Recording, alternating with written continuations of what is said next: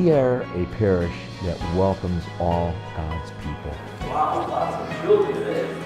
Coming to St. John the 23rd was very exciting because here is a wonderful parish community in Southwest Florida that's growing quite rapidly. It's a community that welcomes people. I think Father Bob does a great job along with the other two priests, making everyone feel welcome, making them feel important, that what they say matters, and it has just overflowed into the parishioners, and that spirit has caught on with them.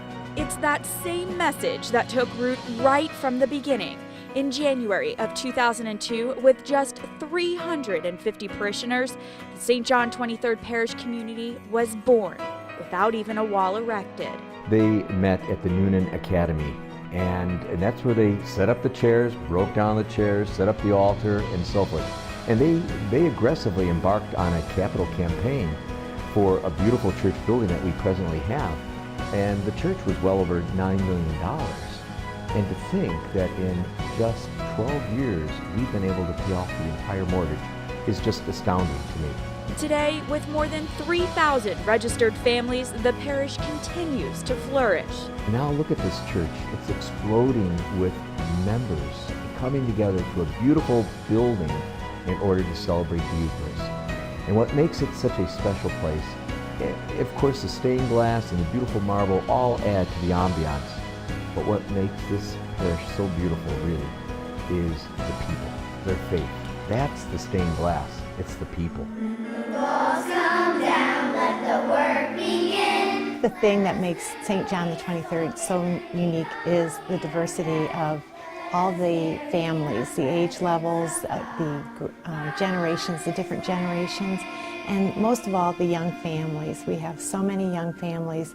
When I first started, it seemed like you'd see a few families, but over the years, it's just so heartwarming to see all the families that come in and bring their small children and have that desire to raise their children in the faith.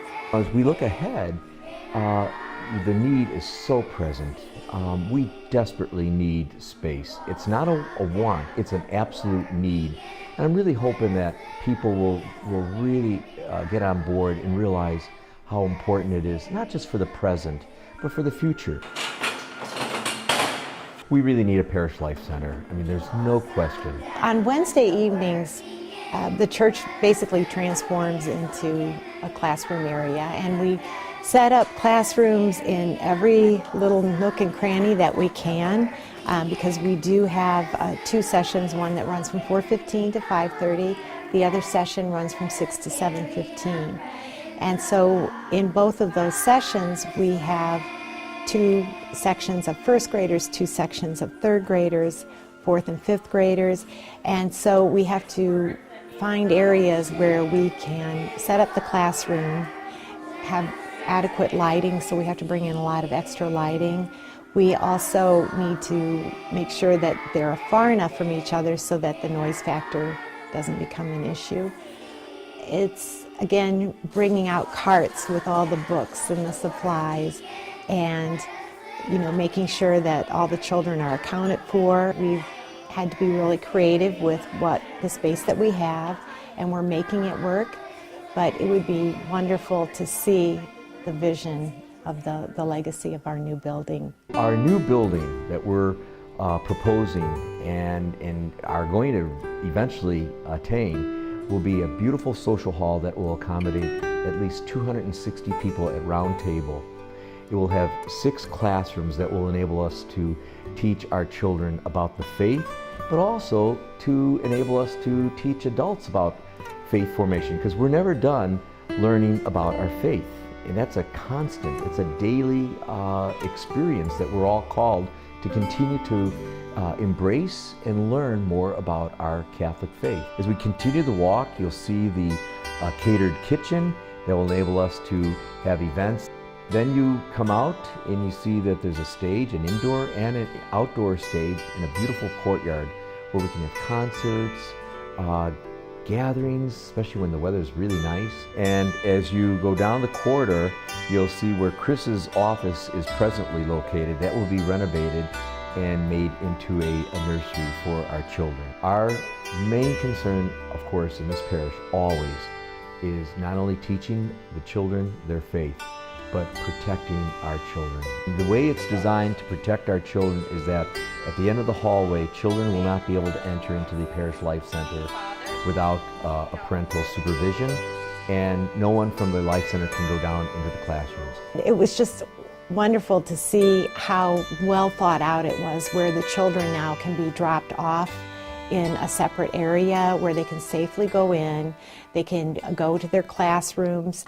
I want you to pray that we are able to do this soon, because I want you to have a nice place to learn about God. I think we're at a perfect opportunity in time to embark upon this whole project. I think now is the time. We cannot wait. We cannot wait.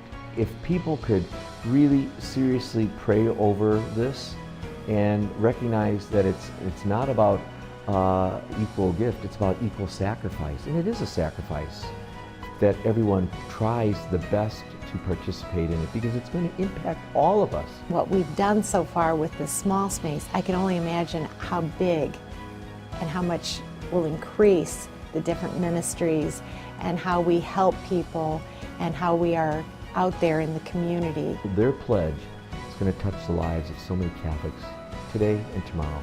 You are a good kid. That's why I like you, Billy. It's all about building our legacy.